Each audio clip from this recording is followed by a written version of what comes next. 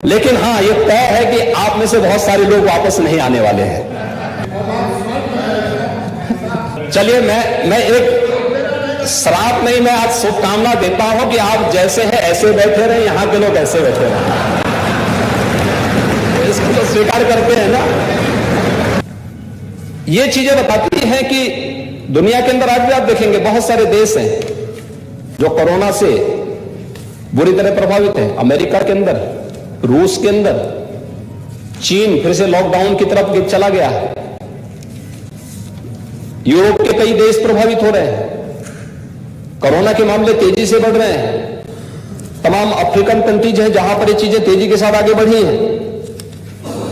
लेकिन हमारे यहां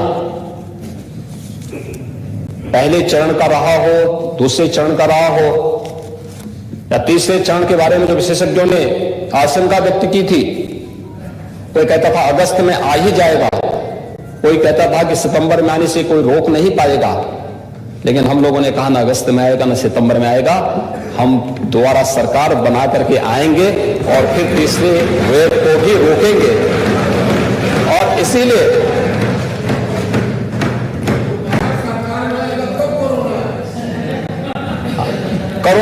कोरोना आएगा नहीं, कोरोना को रोकेंगे, थर्ड वेव को भी रोकेंगे। लेकिन हाँ, ये तय है कि आप में से बहुत सारे लोग वापस नहीं आने वाले हैं।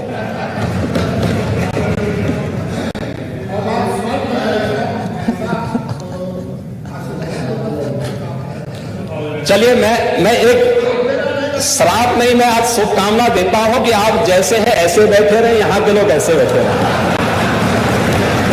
इसको तो स्वीकार करते हैं ना।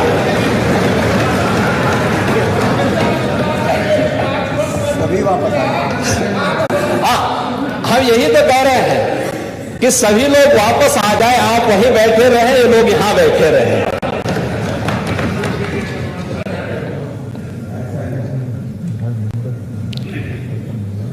महोदय, हम लोगों ने पिछले 5 वर्ष के दौरान, मैं चर्चा 5 वर्ष की करूंगा, 4.5 वर्ष की नहीं करूंगा, 3.5 वर्ष की भी नहीं करूंगा। ये 5 वर्ष का कार्यकाल उत्तर प्रदेश के दृष्टि से बहुत महत्वपूर्ण रहा है। और महत्वपूर्ण इसलिए रहा है कि अगर उत्तर प्रदेश के बारे में जो एक आम धारणा थी, आम धारणा क्या थी? हम राजनीतिक पूर्वाग्रह से ऊपर उठ करके सोचे हैं। कई जनपद ऐसे थे जहां पर माफिया इतनी तेजी के साथ हावी थे कि वहां पर लोगों को, व्यापारियों को पलायन करने के लिए मजबूर होना पड़ा था।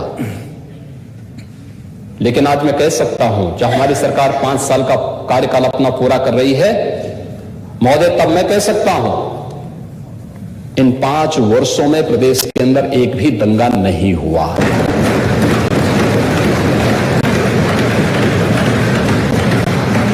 तब मैं कह सकता हूं उत्तर प्रदेश के बारे में देश और दुनिया की धारणा बदली है। तब मैं इस बारे में कह सकता हूं आज देश और दुनिया का हर एक बड़ा निवेशक उत्तर प्रदेश के अंदर निवेश करने के लिए उत्सुक है।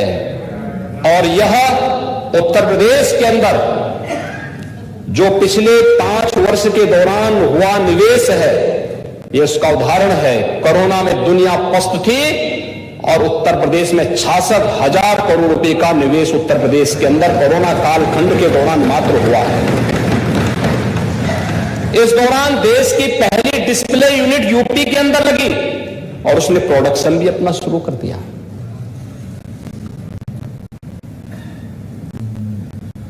स्मार्टफोन आप इस्तेमाल करते होंगे। इस स्मार्टफोन में जो स्क्रीन लगती है ना, इसी को डिस्प्ले बोर्ड कहते हैं। ये पहले देश के अंदर नहीं बनती थी,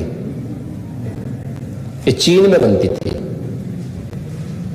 आज उसका निर्माण भी प्रदेश के अंदर होने लग गया है और ये फैक्ट्री लगी है कोरोना कालखंड में यूपी के अंदर। ये फैक्ट्री लगाई है उस संस्था ने जो पिछली सरकार में अपना बोरिया बिस्तर बांध करके भ्रष्टाचार के कारण, गुंडागिर्दी के कारण, माफिया गिर्दी के कारण भागने के लिए मजबूर हो रही थी। और आज कुछ लोगों को सपना होता है, कोई दिक्कत नहीं, सपना देखते रहिए, लेकिन इंतजार करते रहिए। महोदय, कैसे उत्तर प्रदेश की तस्वीर बदली है, ये चीजें हुई कैसे हैं?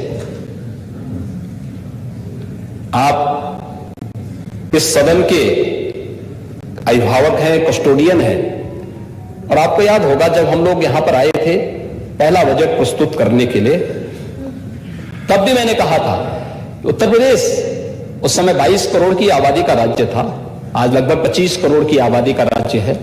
तब भी हमने कहा था कि 25 करोड़ की आबादी के राज्य के लिए 2.5 करोड़ 3 करोड़ के बजट से काम नहीं चलेगा, हमारा बजट का दायरा बढ़ना चाहिए।